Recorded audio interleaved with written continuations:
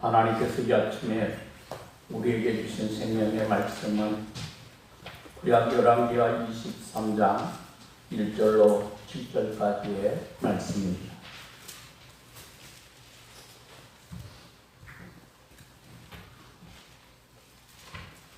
살아계신 하나님의 말씀을 경청하십시오.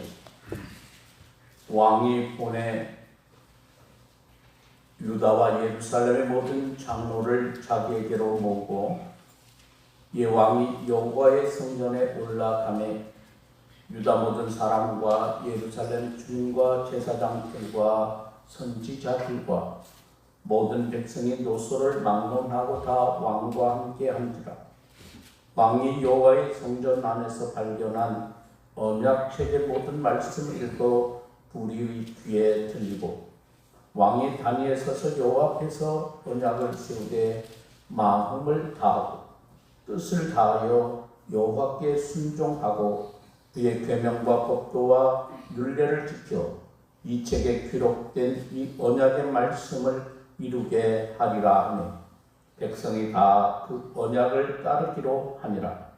왕이 대제사장 hil기야와 모든 부제사장들과 문을 지킨 자들에게 명령하여 바알과 아세라와 하늘의 일월 성수를 위하여 만든 모든 그릇들을 여호와의 성전에서 내다가 예루살렘 바깥 기드론 밭에서 불사르고 그것들의 죄를 베델로 가져가게 하고 옛적에 유다 왕들이 세워서 유다 모든 성읍과 예루살렘 주위의 산당들에서 분향하며 우상을 섬기게 한 제사장들을 폐하며 또 바알과 해와 달과 별대와 하늘의 모든 별에게 분향하는 자들을 폐하고 또 여호와의 성전에서 아세라 상을 떼다가 예루살렘 바깥 기드론 시내로 가져다가 거기에서 불사르고 빻아서 가루를 만들어 그것들의 가루를 평민의 묘지에 뿌리고 또 여호와의 성전 가운데 남창의 집을 헐었으니 그곳은 여인이 아세라를 위하여 휘장을 쌓는 처소였더라. 아멘. 살아계신 하나님의 말씀입니다. 우리 개신교는 로마 가톨릭 교회의 부패를 개혁하고 저항하며 시작이 되었습니다. 그래서 우리 개신교를 프로테스탄트라 이렇게 하는데 그 뜻은 저항하는 교회입니다. 오늘날 개신교회라 하면 종교개혁에 동의하는 교회들을 통틀어서 지칭하는 말입니다. 그 중에서도 특히 깔뱅의 종교개혁 정신과 여러분 깔뱅 그러면 잘 모르는 분도 있는데 칼빈은 영어식 발음이고 본래 깔뱅은 프랑스 사람이 깔뱅이라고 하는 말이 더 정확한 말입니다. 프랑스 사람이니까요. 이 칼뱅의 종교개혁 정신과 그의 신학과 신앙을 이어받은 개신교회를 유럽에서는 개혁교회라 부르고 이것이 영미 쪽에서는 장로교회라 부르며 발전하게 되었습니다. 이처럼 우리 교회가 속한 장로교회는 개혁교회입니다. 우리 교회의 정확한 명칭은 대한예수교 장로회 목도중앙교회, 교단은 줄여서 대한예수교 장로회 통합측, 그래서 예장통합 이렇게 부르기도 합니다. 여러분이 어느 교회 다니십니까? 예, 장로교회 다닙니다. 그렇게 말하실 수도 있지만 장로교회 중에서 어디입니까? 그러면 나는 예장통합측에 다니는 목도중앙교회, 정확히 말하면 대한예수교 장로회 충청로에 속하 있는 우리 목도중앙교회 이렇게 하면 정확한 답이 되겠습니다. 여러분, 이 개혁교회의 중요한 중심은요, 끊임없이 개혁되어요. 이제까지도 여러 시대와 여러 지역을 거치면서 개혁이 되었고 앞으로도 계속 개혁되어야 합니다. 그리고 계속 개혁을 위해서는 개혁의 조건들이 늘 충족되어야 합니다. 역사상 가장 위대한 음악가 가운데 세바스찬 바하라고 하는 분이 있어요. 그는 웅장하고 화려한 아름다운 곡을 많이 썼지만 그의 인생은 작품처럼 화려하지 못했고 고난의 연속이었습니다. 이분이 10살이 되기 전에 조실부모해서 고아로 자랍니다. 형 밑에서 크면서 많은 구박을 받았어요. 이제 어른이 되어서 결혼을 했는데 그만 아내가 결혼한 지 13년 만에 죽습니다. 또다시 결혼을 해가지고 자식이 20명이나 되었지만은 그 중에 10명이 죽고 남은 10명 가운데 하나는 20살 되어서 죽고 그 중에 하나는 뇌성마비로 고통을 받았습니다. 그 자신은 나이가 들어가면 눈이 점점 안 보이다가 그만 맹인이 되고 말았고 뇌일렬로 쓰러져가지고 결국 반신이 불수가 되는 불쌍한 사람이 되었습니다. 그런 어려운 환경 속에서도 그가 곡을 만드는데 그렇게 웅장하고 아름다운 곡을 만드는 거예요. 그는 오라토리를 만들고 맨 밑에 사인을 하는데 세바스찬 바하가 아니고 오직 하나님께만 영광을, 합창곡을 만들었을 때는 지극히 존귀하신 하나님께, 오르간 반주곡을 만들 때는 예수 이름으로 라고 하는 사인을 남겼습니다. 그는요, 이 세바스찬 바하는 자신을 전혀 내세우지 않았습니다. 예수님의 이름을 내세우고 존귀하신 하나님을 내세우고 그가 모든 영광을 하나님 앞에 돌려드릴 때에 하나님은 그의 어려운 인생을 아름다운 인생으로 만들어 주셨습니다. 진정한 개혁은 사람의 개혁입니다. 어떤 사람이냐입니다. 여러분, 불이 고이면 어떻게 돼요? 언젠가는 냄새가 나게 돼 있어요. 왜요? 고여있으면 썩게 돼 있거든요. 물은 흘러야 하고 그래야 물이 흘러야 맑고 살아있는 물이 됩니다. 문화도 정체되어서는 안 되고 흘러야 합니다. 하나의 기관도 새로워져야 미래가 있습니다. 기독교 2000 역사를 보면 쉴 새 없이 새로워져 왔습니다. 외부적으로는 박해를, 내부적으로는 이단을 물리쳤고 자체를 정화하는 개혁이 끊임없이 지속되어 왔습니다. 우리가 중세를 암흑시대라고는 하지만 여러분, 그 기간에도 수도원에서는 쉬지 않고 기도하는 사람들이 있었다고 하는 사실입니다. 오늘의 본문은 우리에게 종교개혁은 말씀에서부터 시작한다고 분명히 말씀해 주십니다. 오늘 여러분 본문에 등장하는 요시야 왕이 종교개혁을 단행하게 된 출발점이 무엇일까요? 요시야 왕은 통치 18년, 왕이 26살 되었을 때에 성전 수리를 지시하게 되었고 그 과정에서 율법책을 발견합니다. 그리고 그 발견된 그 율법책을 읽으면서 요시야 왕은 자신의 옷을 찢으며 통곡하고 회개했습니다. 그것이 그의 종교개혁의 출발점이 되었습니다. 지금으로부터 500여 년 전에 있었던 종교개혁도 마찬가지입니다. 종교개혁의 5가지 명제는 오직 성경, 오직 은혜, 오직 믿음, 오직 그리스도, 오직 하나님께 영광입니다.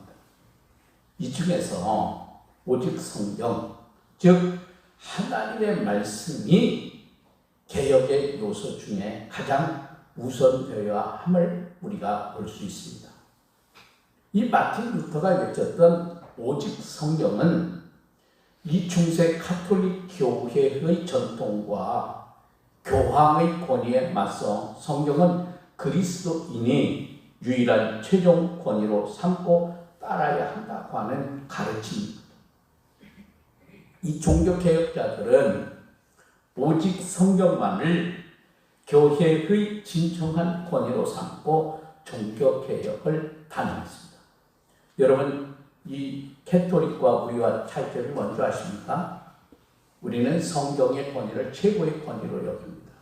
그런데 성경 권위보다 캐톨릭은 교황의 권위가 더 높습니다. 그 차이예요. 그래서 종교개혁을 단행한 거죠. 여러분, 오직 성경은 종교개혁자들이 부르짖었던 아드 폰테스, 다시 말하면 근본, 원천, 근원으로 돌아가자고 할 때에 그 근본이 무엇인가를 우리에게 말해주고 있습니다. 여러분, 그 근본, 원천은 오직 우리는 성경으로 돌아가야 합니다. 오늘 우리의 기독교인의 삶은 성경에서 묻고 성경에서 답을 찾으며 우리는 성경의 가르침을 따라 살아야 하는 것이 지극히 당연합니다. 여러분, 세상 방법이 아무리 가식적이고 효과적이고 대중적이고 합리적이라고 할지라도 그것이 성경의 가르침이 안에서 벗어난 것이라고 하면 거짓 교사의 가르침에 불과할 뿐입니다. 또 하나 오늘 본문에서 가르쳐 주는 것은 이 종교개혁은 진실된 지도자 한 사람의 회개를 통해서 시작이 되었습니다. 오늘 본문에서 보여주는 남유다 전역에서 펼쳐진 성공적인 종교개혁은 한 나라의 지도자, 한 사람의 회개, 요시야 왕을 통해 시작이 됩니다. 요시야 왕은 하나님의 말씀 앞에서 자신의 옷을 찢고 통곡을 합니다. 그는 나라의 위기를 걱정하던 중에 하나님의 말씀을 들으면서 이 나라의 미래는 하나님의 손에 달려있다고 하는 것을 직감했습니다. 현재의 나라 상황이 얼마나 하나님의 말씀에서 더 벗어나 있는지를 깨닫고 왕부터 각성했습니다. 그리고 요시야는 깨달았습니다. 다시금 우리가 하나님의 말씀으로 돌아가면 하나님께서 이 나라를 구원해 주실 것이라고 하는 사실을 그는 알고 있었습니다. 여기서 우리는 한 사람의 지도자가 앞장서서 말씀에 철저하게 순종하고 그 말씀을 따를 때에 개혁은 시작이 됩니다. 지도자의 진정한 기여와 실천이 없이는 그 공동체를 바로 세울 수 없기 때문입니다. 그 당시를 생각해 보면 요시야가 국가 최고의 권력자라고는 하지만은 기존의 종교적 기반을 제거하려고 할 때 여러분 반대파의 저항도 만만하지 않습니다. 그러나 요시야 왕은 담대하게 하나님의 말씀 언약적에 따라 순종하기로 결단하기에 했기에 그가 시작한 종교개혁은 대대적인 성공을 거둘 수가 있었습니다. 우리나라는 1907년에 평양 대부운동이 있었는데 여러분 1907년 이 평양을 중심으로 일어나서 전국 교회로 확산이 된 한국 교회의 대표적인 부흥의 운동입니다. 정말 우리 한국 교회사에서 이 1907년에 있었던 평양 대부흥의 운동은 우리가 잊을 수 없는 귀한 하나님의 은혜의 운동입니다. 그런데 이 부흥의 운동은 사실 지도자가 앞장선 회개 운동으로 시작이 되었습니다. 1월 6일 주일날입니다. 평양에 있는 장대인 교회에서 평양에 있는 시내 4개 교회가 연합 집회로 부흥회가 시작이 됐습니다. 옛날에는요, 부흥회하면요, 일주일씩 했어요, 거의. 월요일부터 토요일 새벽까지. 아마 여기 좀 오래되신 분 다 기억하실 거예요. 제가 곧 중학교 다닐 때까지 그랬던 것 같아요. 뜨거웠습니다. 근데 지금은요, 어때요? 그런 게 없어졌어요.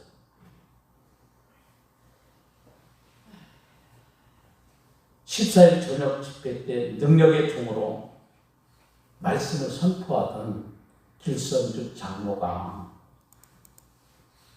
회중 앞에서 자신의 죄를 공개적으로 통회하는 일이 일어났습니다.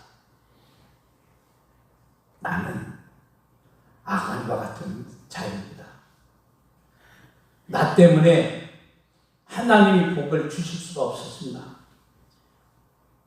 약 1년 전에 내 친구 중 한 사람이 임종시에 나를 자기 집으로 불러서 말하기를, 길장로, 나는 이제 세상을 떠날 것 같으니 내 재산을 잘 정리해 주시오. 내 아내는 셈이 약하기 때문이요. 라고 부탁을 받았습니다. 나는 내가 잘 돌봐드릴 테니 염려 말라 친구에게 대답했죠.